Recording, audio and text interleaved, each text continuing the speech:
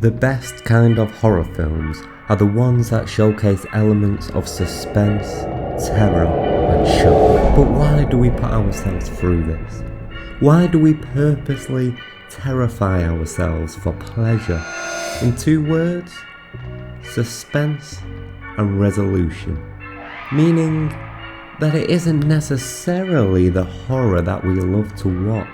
It's the resolution of that horror. It's the understanding that this is all make-believe. It's fantasy. It's not true. But what is truly terrifying is that a few of these movies are actually based upon true events. And true events do not follow the rules of horror movies. They don't always have that resolution. In this book, I have 5 frightening true stories that have inspired some of the most scary movies ever made. But unlike the movies, these are not all clean and cut. They don't always have resolution. So if you want to turn away now and restrain yourself from hearing today's stories, I completely understand. But for those of you brave enough to come for this ride, let us begin. We're starting our story with the Amityville Horror. Many films have been inspired by this haunting true story, but the most popular is the original Amityville Horror, first released in 1979 and then remade again in 2005. All of these films, they follow the same premise. Newlyweds are terrorised by demonic forces after moving into a large house that was the site of a grisly mass murder just a year before. And this what I have here today is the true story that inspired that, let's call it a pitch. In a town in Long Island on the night of November the 13th, 1974, in a house that looks almost exactly like the one from the movie, a 23-year-old man by the name of Ronald J. Defeo Jr. crept through his house armed with a rifle. He didn't have a scared look on his face, nor did he have an angry look. Ronald had this vacant stare, almost emotionless, as he wandered through the halls of his house armed with this rifle. And it was then when he started entering bedroom after bedroom, and one by one he shot and ended the lives of the 6 members of his family. Killed on that fateful night were his parents, Ronald Sr. and Louise, along with his young brothers and sisters, Dawn, Allison, Mark and John. Now at first, Ronald claimed he had found their bodies after the murders and even blamed the mass killing on a hitman. But by the next day, he confessed his sins and admitted that he was the one who killed his entire family. The why behind his crimes was never clear, as his story over the years had changed. First and most chilling, he said that he heard voices instructing him to murder his family. Many questions are left unanswered surrounding these murders. For one, why did he do it in the first place? Was it for financial gain? Was it something supernatural motivating his actions? And how could this all happen without anyone in the family waking up or fighting back? Whether supernatural or not, the case of Ronald is truly a strange one. No vicious traits or actions that would have made sense for him to do any of this. Yet on that night, one by one, he shot each member of his family with a weapon that's not known for its silence. From bed to bed, he wondered, and never did any member of his family get up, fight, or even leave their bed. They just lay there, seemingly like they was waiting to be executed. As for Ronald, of course he was found guilty of the murders, and sentenced to 25 years to life in prison, which it was there where he stayed until his death in 2021.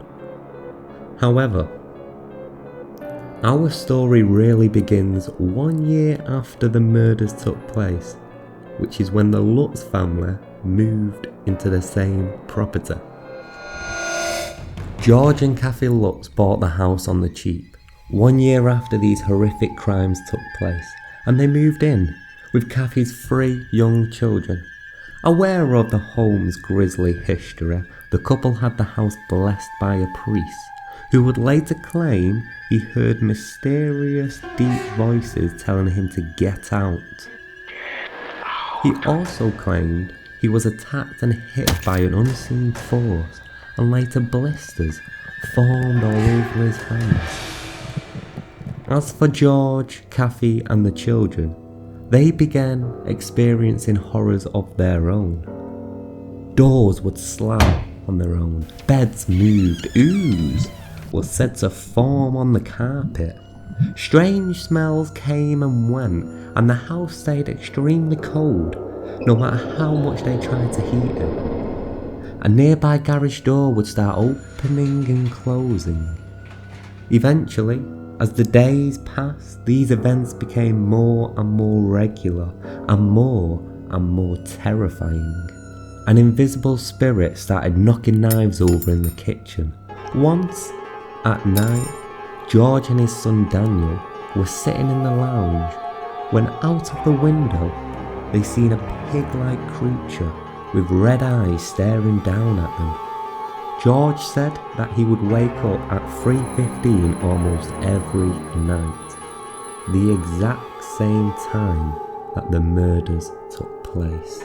One night, he woke up to find his wife, Kathy, levitating over the bed.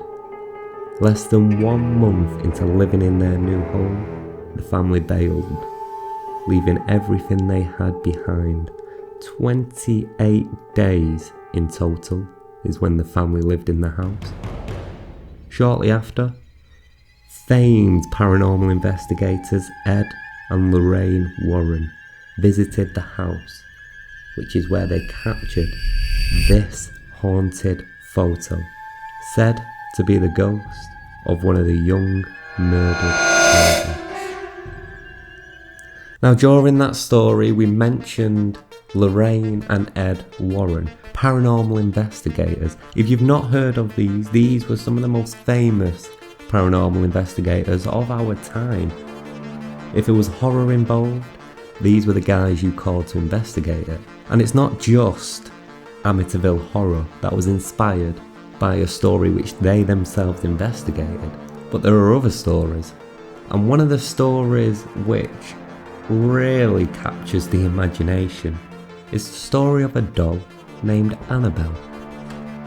This is the movie released in 2014 about a couple that begins to experience terrifying supernatural occurrences involving a vintage doll.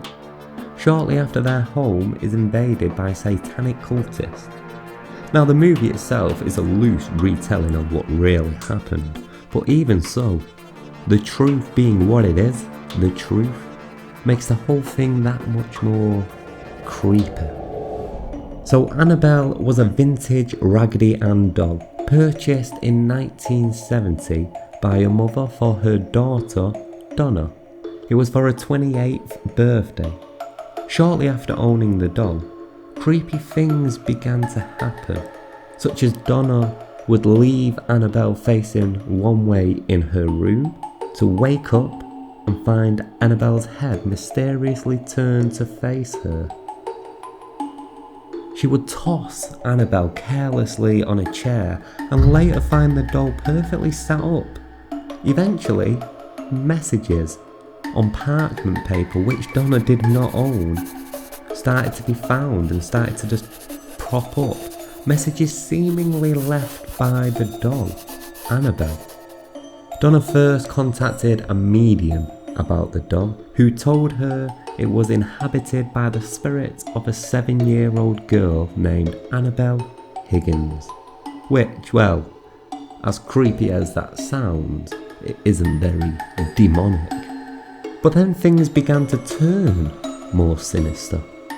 It wasn't just a doll seemingly being in different places, but Donna visually witnessed the doll moving on its own. And one day, the doll tried to strangle and attack Donna's friend Lee. So she turned to the Warrens for help. The Warrens came by and investigated the doll. And after a bit of investigation and a bit of research, they informed Donna that Annabelle was actually inhabited, not by the spirit of a 7-year-old girl, but by an inhuman demon spirit. They then held an exorcism for the doll and removed it from her home. However, the exorcism did not take. The Warrens were driving home with the doll in the back seat of their car, which is when the power steering and brakes began to fail. Once they finally arrived home after their near-fatal incident, the Warrens had to have a special case built for the doll, which would be held in their occult museum, since prior to this, Annabelle is said to have escaped several locks in its first weeks of being at the Warrens' house. Now, out of all the items in the museum, and there are a lot of haunted items there, Spira, a paranormal researcher and son-in-law of both Ed and Lorraine Warren, claims that the doll is what he is most frightened of out of all of the things in the museum. Visitors who will come to the museum and who had taunted the doll were all involved in near-fatal or fatal accidents upon leaving the Warrens' residence. Now, so far, these stories have been based upon the fear of the paranormal, but sometimes it's reality that is truly terrifying, which is going to be the subject of our next story. No belief in demonic forces or ghosts are needed to truly feel this horror, and it's the story that inspired the movie Open Water. Open Water was a 2002 movie about two scuba divers, sharks and tourism. Something very real. And the real story that inspired this goes like this. In 1988, Americans Tom and Eileen Longan took a trip to Australia for what should have been one of the best holidays of their life. The plan was to go scuba diving and explore the Great Barrier Reef, one of the most beautiful sights in the world. So on January the 25th, they paid for a group trip that would take them out into the ocean by boat, so they could dive and explore. After they got out there into the ocean, all the divers jumped into the ocean, and I'm sure everyone had a fantastic time exploring far out into the Great Barrier Reef. When the exploring was done, the divers got back onto the boat and then the boat left for shore. There was a head count first just to make sure everyone was there, but a mistake was made. 2 days later, something impossible to comprehend was discovered. The belongings of Tom and Eileen were found in a bag left behind on the boat. Somehow, no one else had noticed, but the Lonegans had never got back on the boat 2 days before. They had accidentally been abandoned all alone in the ocean, and at this point, 48 hours had passed. An extensive search was started, but Tom and Eileen were never found. The only proof of their fate was when a part of Eileen's ripped up wetsuit washed ashore the next month. Either both of them died of dehydration, drowned, or were taken under in the shark-infested waters.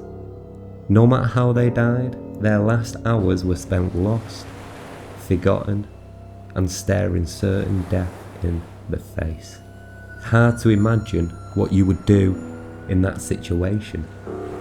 After the boat leaves, You know there's no way it's coming back. Maybe you wait and think, hey, we can just float around for a little bit and eventually someone will notice. Eventually someone will come back. But how long does that last? What about when nightfall comes? What about when you begin to get tired and you can no longer tread water? What do you do then? Do you give up and sink? What about when the sharks do eventually come and you see your beloved, the love of your life, get pulled under by sharks, and then you're left there all alone, wondering when the sharks are going to come and get you? Now for our next story, one of the most popular horror films ever created, and one that is almost impossible to believe was inspired by true events. This is the story of The Exorcist. Released in 1973, was one of the most popular horror films, The Exorcist. In short, a 12-year-old girl is possessed by a mysterious entity, and her mother seeks the help of two priests to save her daughter. For anyone who's watched the movie, the idea that this is based on reality is almost entirely unbelievable. Unlike shark-infested waters, this whole thing must be made up, right? Wrong. Ronald Doe was born 1935 and raised by a middle-class family in Cottage City. In the late 1940s, the now 13-year-old Ronald was mourning the death of his aunt. The aunt had taught him all about spiritualism, including how to use a Ouija board. Ronald's family notes that strange things started happening in their house shortly after the death of this beloved family member, and in January 1949, the family reported hearing strange dripping noises and scratching sounds in the house. At first, Ronald's mother believed these were the noises of their dead aunt. So the family started trying to reaching out to the spirits that they believed to be in the house, hoping that they could reason with them, maybe even talk to their aunt, and maybe just ask to be left alone. However, this began to make things worse. Ronald then claimed he started to hear someone walking into his room at night when he was trying to sleep, and that scratch marks would appear onto his mattress when he woke up in the morning. Eventually, these scratch marks began also to appear on his body. Not knowing what else they could do, the family called the local minister, and after observing the boy overnight at the church, the minister suggested they reach out to Jesus, an apostolic religious community. The family converted to Catholicism and tried to have Ronald baptized, but the young boy responded to the baptism attempt with unbridled rage. At one point, Ronald was admitted to hospital, where a psychiatrist attempted to treat him but was ultimately unsuccessful. From there, the family then thought that maybe moving Ronald to a different house might make the spirits leave him alone. But the strange events continued. They wasn't just in the house, they was in the boy. The family was all out of options at this point, and so they called upon a priest to perform an exorcism. Father Raymond J. Bishop was one of those priests who was called. Bishop later wrote about his experiences and how chilling they were. Another priest who claimed to assist the family was Father William S. Bowden. At one point, Bowden attempted to protect Ronald through blessings by putting a crucifix under the young boy's pillow. After leaving Ronald to rest, the family returned to find the furniture flipped over and the crucifix moved to the edge of the bed. Ronald's mattress at this point was shaking uncontrollably. Bowden also spoke about his experiences. He said one evening The word Lewis was written on the boy's ribs in deep red scratches. Next, when there was some question of the time of departure, the word Saturday was written plainly on the boy's hip. As to the length of time the mother and the boy should stay in St. Louis, another message was printed on the boy's chest. 3.5 weeks. The printing always appeared without any motion on the part of the boy's hands. Priests performed multiple exorcisms on young Ronald Doe, one of which was performed at Georgetown University Hospital, a Jesuits institution. Another took place at the Alexian Brothers Hospital in South St. Louis, Missouri. While the exorcisms were performed, young Ronald vomited, urinated, spit and spoke in Latin. Ronald also took a deep adult-sounding voice that was unfamiliar to his family. The final exorcism was conducted with the help of priests Walter Halloran and William Van Roo. At some point during this exorcism ritual, Walter's nose was broken. In the end, the priests claimed that they were successful in exorcising the demons from Ronald's body, and the young boy went on to live a relatively normal life. Now, another classic horror that seems completely made up, but is actually based upon true events, is The Nightmare on Elm Street. Not quite an exact copy as The Exorcist was with the true story of The Exorcist, but the fact that, much like with the story of Open Water, it's based on something very true, makes this story extra scary, and is a perfect way to round up our horror stories of today.